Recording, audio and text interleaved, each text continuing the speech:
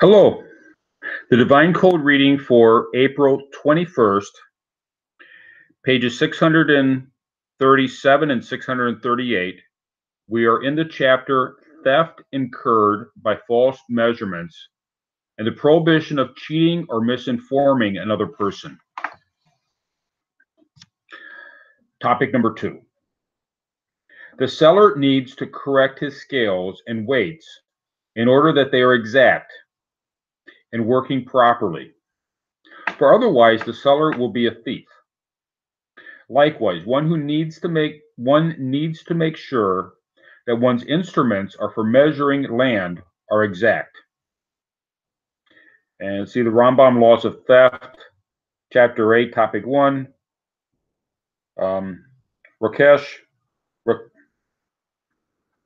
Rokek, Chapter 633, writes that Gentiles are obligated to keep correct measurements.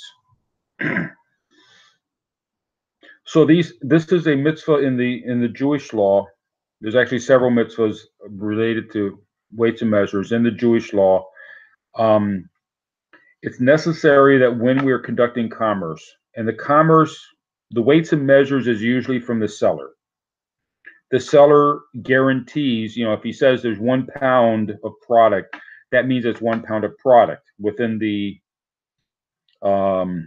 parameters of what's accepted for weights and measures. It can never be perfectly exact within the atom, but it's within the tolerance range as accepted by society, accepted by the marketplace. So if he says it's 1 pound, that means it's 1 pound within that tolerance range it's accepted. And it's on the seller. The reason it's on the seller is typically within commerce, the seller is the one who handles the weights and measurements. He says this bolt of fabric has a certain amount of fabric in it, and it's usually up to the seller to make that determination.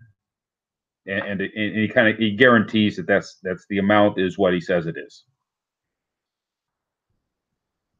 Therefore, it is forbidden for a seller to knowingly or neglectingly cause an instrument for measuring weight as a basis for a sale price not to measure correctly.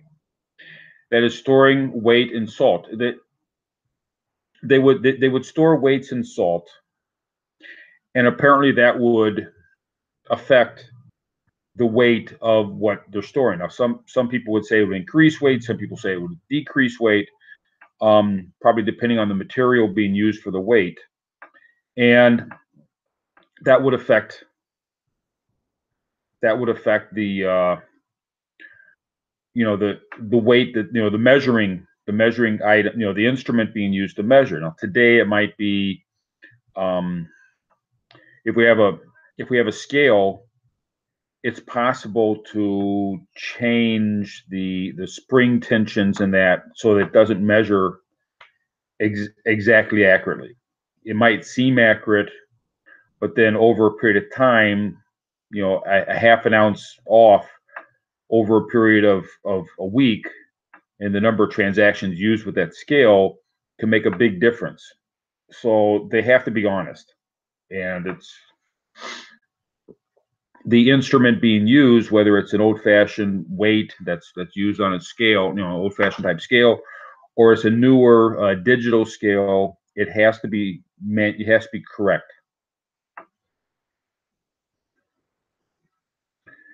In order to steal from the buyer. Likewise, one who measures liquid in a vessel should not pour quickly, since this will cause it to appear fuller from the froth, which is stealing from the buyer.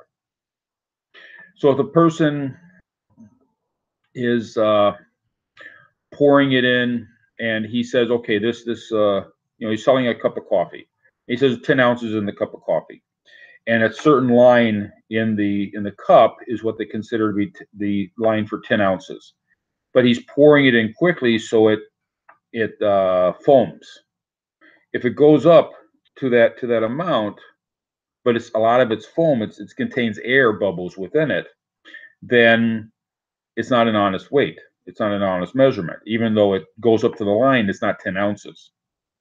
So if a person has to be careful that when, there has to be a certain um, expectation for what's being measured, like the bolt of fabric. If they think they're supposed to be 50 yards, whatever's in a bolt of fabric, I don't know what it, but whatever's in a bolt of fabric, if they have it at a certain tension, it'll be one length. If they put some tension on it, it would be a longer length. So, and whether it's damp or dry, these all would affect the measurement. So there has to be an established level that is accepted that the whatever's being measured. So not only the measurement, which was been talked about in salt, but also what's being measured has to be an accepted standard that everybody in the marketplace accepts. And from one market to the other, it's the same. The way that it's done, the measurements are done.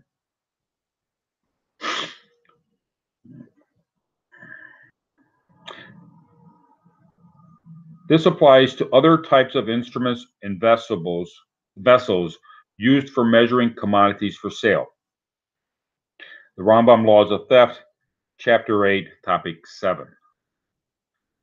A seller must wipe down his weights and scales so nothing is stuck to them that will cause the measured weight to be too high before weighing the item for sale or between a few measurements.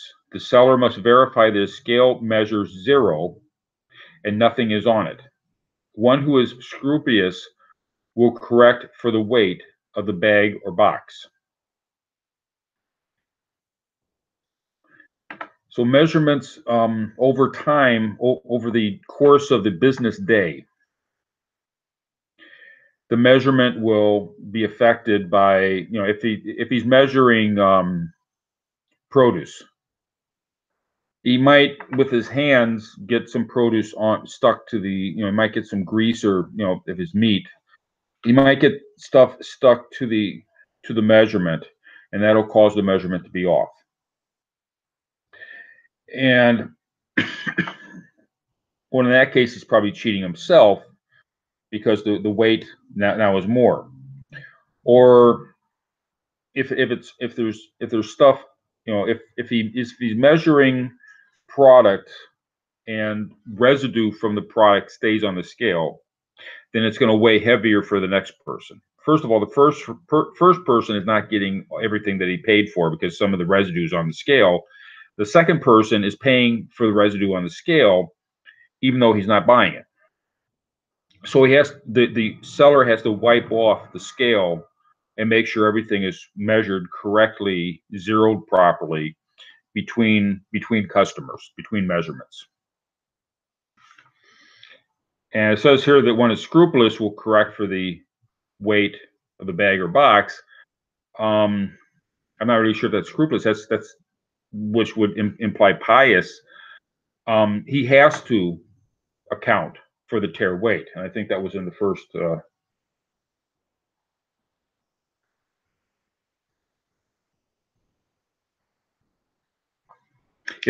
think that was in yesterday's reading that the tare weight is assumed to be something that is not being paid for. It's sort of worked into the price of the product, but it's not something you'd weigh unless that's the marketplace system. But that depends upon the marketplace. But whatever the marketplace system is, we can't sell for. Maybe that's why there's differences between the different pages here. But whatever the marketplace system is, that's what has to be followed by the person doing the measurement.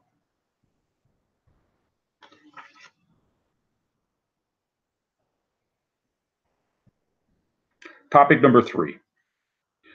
The sin of stealing from another person through false measurements is more severe than other types of theft, since one who does so is like a judge who judges perversely, as it says, as in Leviticus chapter 19:35. You shall not do wrong in justice, in measurement, in weight, or in volume. The sages, and this is discussed in Torah Kohanim. It's also the Kafas. It's a lot of places this is discussed. The sages derive from this verse that one who steals by using false measurements is like a judge who gives a perverse judgment. Therefore, a Gentile who commits this sin is transgressing both the prohibition of theft and the Noahide commandment to have a correct judicial system. So that, yeah, in Leviticus chapter 19, we find the discussion of weights and measures is connected to having a proper judicial system. It's also connected for the Jew to remember Israel, to remember leaving Egypt. That God took him out of Egypt. So it many different things work around or are attached to the necessity to have proper weights and measures. And for the non-Jew, it's primarily the issue of justice. The having a proper judicial system is connected to having proper weights and measures within the commerce. Not only is the seller who uses false weights a thief, even one who has no personal monetary gain from the incorrect measurement and who gives a benefit for another party is considered a transgressor.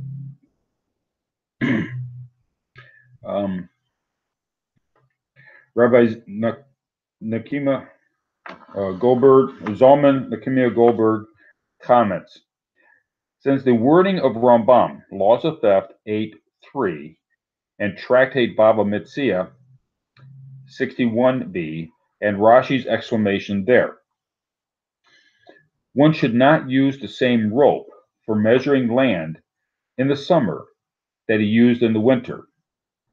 During the winter, it is wet, so the rope will stretch, and during the summer, it will be dry and be tight. It appears that one who is measuring is committing a sin, even if he himself is not getting any unfair benefit from the false measurement.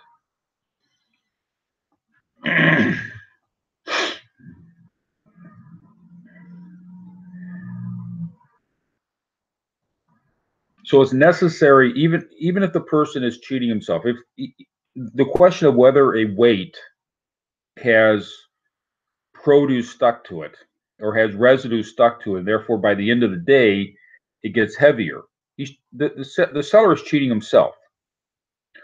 Or the question of whether the weight is stored in salt, whether that increases or decreases the weight is irrelevant. He's cheating himself. Even if he's cheating himself, it's still violating the importance of having proper weights and measures. Society, the commerce system requires, if a person is buying something, it's required that each time he goes to the market and he buys something, it's the same thing that he's buying. And if he gets more one week, he goes to the market 1 week and he gets a certain amount, he's expecting the same thing the next week. Now, if the first week he got more, then he goes back and he gets less, then in his calculations, he's being cheated the second time. So it's important to have a system that is accurate each time.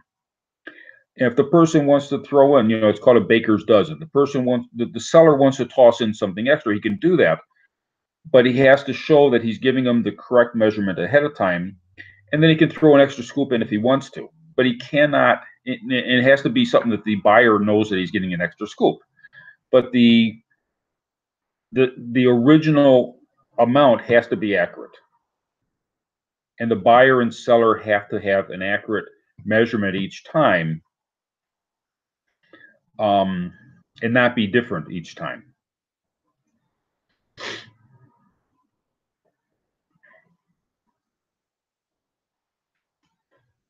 Namely, a thief who steals just for the sake of theft, and one who corrupts justice.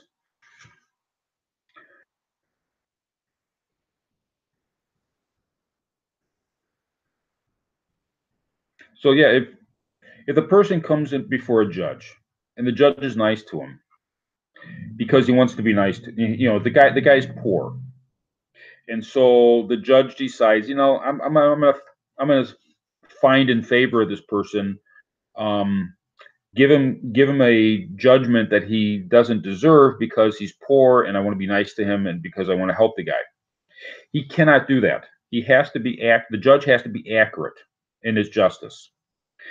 Afterwards, he can tell the other party, "Hey, the guy's poor. You should help him out." The judge can try to help the guy out, but the actual court case, he has to judge correctly and not help the person out, even if he wants to help out. The same way here, if let's say the seller wants to be nice to the person, the person is poor, and the seller wants to be nice to the poor person. He cannot The seller cannot give the person extra, but later on he can give the person a little extra on the side and say, listen, this is not what you paid for, but you need it. And that's difficult because that might embarrass the person. It might seem on the surface to be easier to help the poor person out just by giving them a higher measurement. We're not allowed to do that. The measurement has to be correct. And then we have to find some other way to help the person. Topic number 4. Every government is obligated to establish laws for all residents in their country in regard to keeping their weights and measures in their measuring instruments exact for sales, whether regarding merchandise or land. And these laws must also require that all the residents of the country should be exacting and careful about their weights and measurements set up and agreed upon by the nation's citizens. So what we're talking about here is more in the laws of courts, but because we're talking about theft, therefore it's also mentioned. It'll probably be discussed also in the laws of courts in the future edition of this book. But in weights and measures is part of, because it's theft to be having inaccurate weights and measures. Therefore, it's in this unit as well. The weights and measures is something that society agrees upon. In France, the time of Napoleon, he created a whole metric system that everything was exact. And in English, we have the English system. They have everything exact. And every society that has a marketplace has to have something that everybody agrees upon. The weights and measures have to be agreed upon by the society in order to have, whatever the society agrees upon, and that every society is different. So whatever they agree upon has to be accurate in the marketplace. And all the people involved in the marketplace need to use the same agreed upon, whatever the weights and measures are. And therefore, it's the social contract. It's the government that is in charge of enforcing it. The government is required to have an enforcement. In the city of Chicago, we have a department called Weights and Measures, and they send people out to various areas in the marketplace to make certain that, a gas pump is, when it says a gallon of gas, it has to be exact, and it's possible for it to be off, because the measurements, there's things within the gas pump that can be adjusted this way or that way, and it has to be adjusted in such a way that the person buys a gallon, they're receiving a gallon, because otherwise you're pumping it into a unknown vessel. That's the gas tank.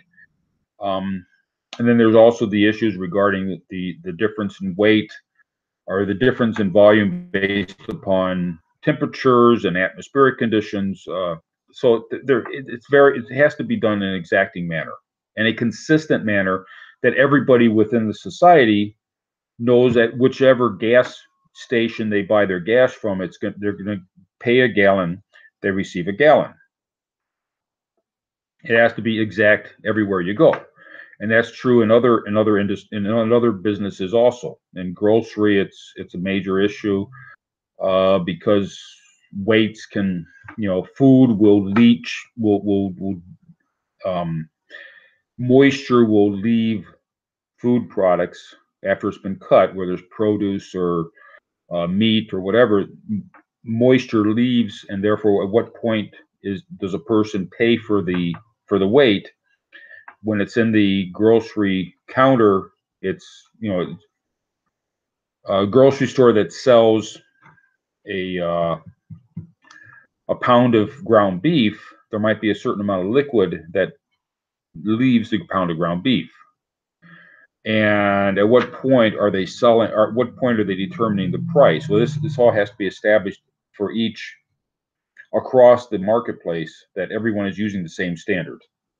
And the government is the one that has to um, police that everyone is doing the same thing. And I suppose the industry, the Chamber of Commerce could perhaps set up something too, but it would require the authority of the government to make that work. So either way, it still has to be the government that makes that has the authority, ability.